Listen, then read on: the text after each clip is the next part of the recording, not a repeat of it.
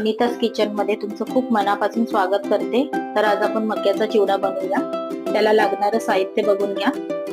तर सुरुवात करते मी। तेल तापलंय की नाही आपण आता चेक करूया।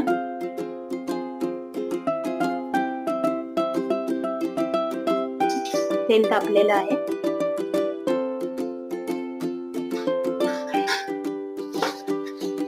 थोडं थोडं आपण घालून घ्यायचे पोहे।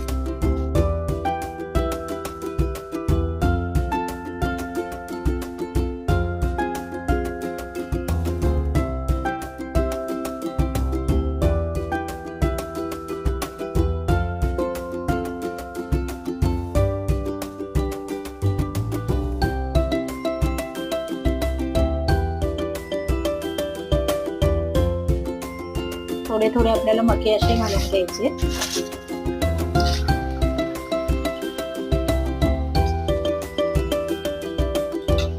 जास्त काही वेळ लागत नाही।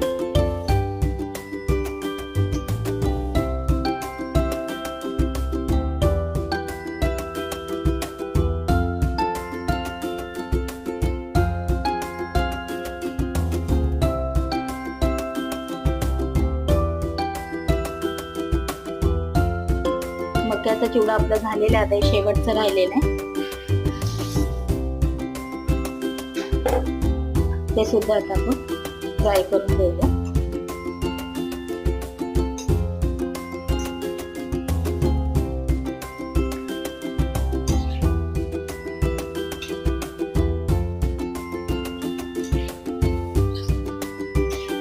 आणि गॅस मोठाच ठेवायचा आपल्याला। बारीक गॅसवरती तेल जास्त पोह्यांमध्ये राहिलं जाईल।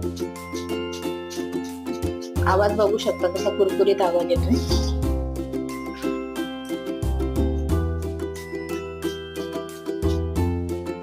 आता आपण शेंगदाणे घालून घेऊया। शेंगदाणे जास्त करपवायचे नाहीत, नाही तर कडू लागतील खाताना।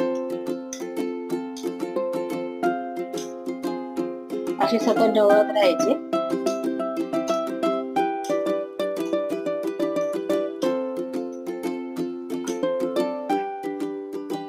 शेंगदाणे पण आता आपले छान भाजून झालेले आहेत। त्याच्यातच काढायचे।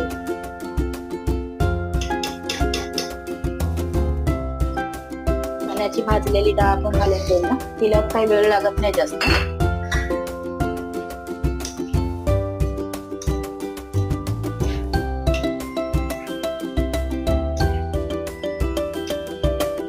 डाळ सुद्धा आपली छान भाजून झालेली आहे।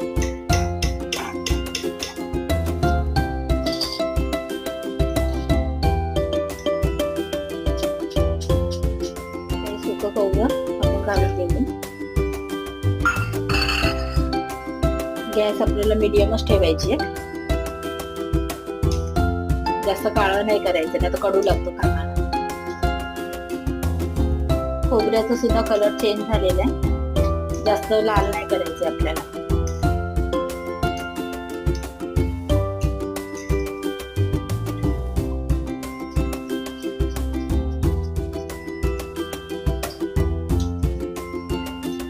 आता हे मनोके घालून घेऊया।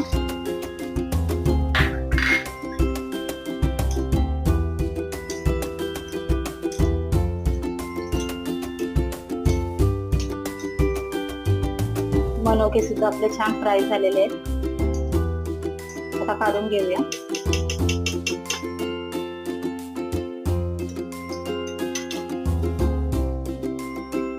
आता शेवटला आपल्याला कढीपत्ता घ्यायचा।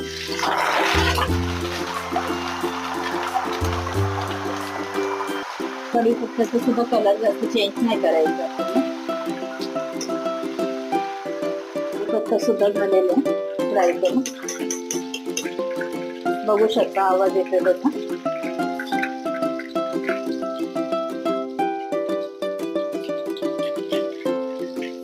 हे तळून घ्यायचे।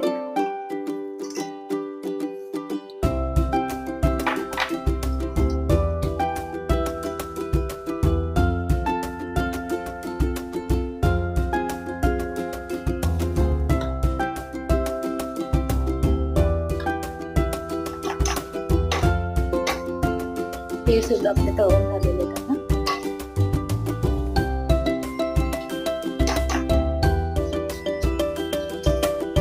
पिठी साखर घालून घेऊया 2 ते 3 चम्मच आपल्याला.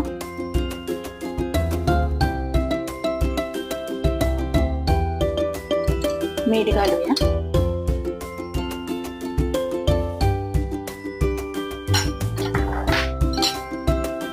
लाल मिरची पावडर, मी काश्मीरी लाल मिरची पावडर घेतली. 2 ते 3 चमचे लाल मिरची पावडर घालून घ्यायची. तसं आपल्याला आमचूर पावडर घालायची.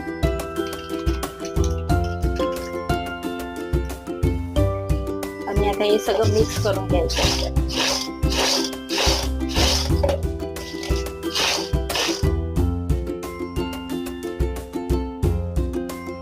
मीठ वगैरे कमी वाटलं तुम्हाला तर तुम्ही थोडंसं घालू शकता मीठ वगैरे. पण हे बरोबर आहे, मी आता घातलेलं आहे. बघा किती छान झालेलं आहे. तुम्ही सुद्धा आता नक्की करून बघा. चमचा वगैरे लावू नका, असं मिक्स करायचं. रेसिपी झालेली आहे बघून. तर आता बघू शकता किती कुरकुरीत झालेला आहे. आवाजावरनं समजते की चिवडा आपला बनून झालेला आहे. न विसरता माझ्या चॅनलला लाईक करा, शेअर करा, सबस्क्राईब करा.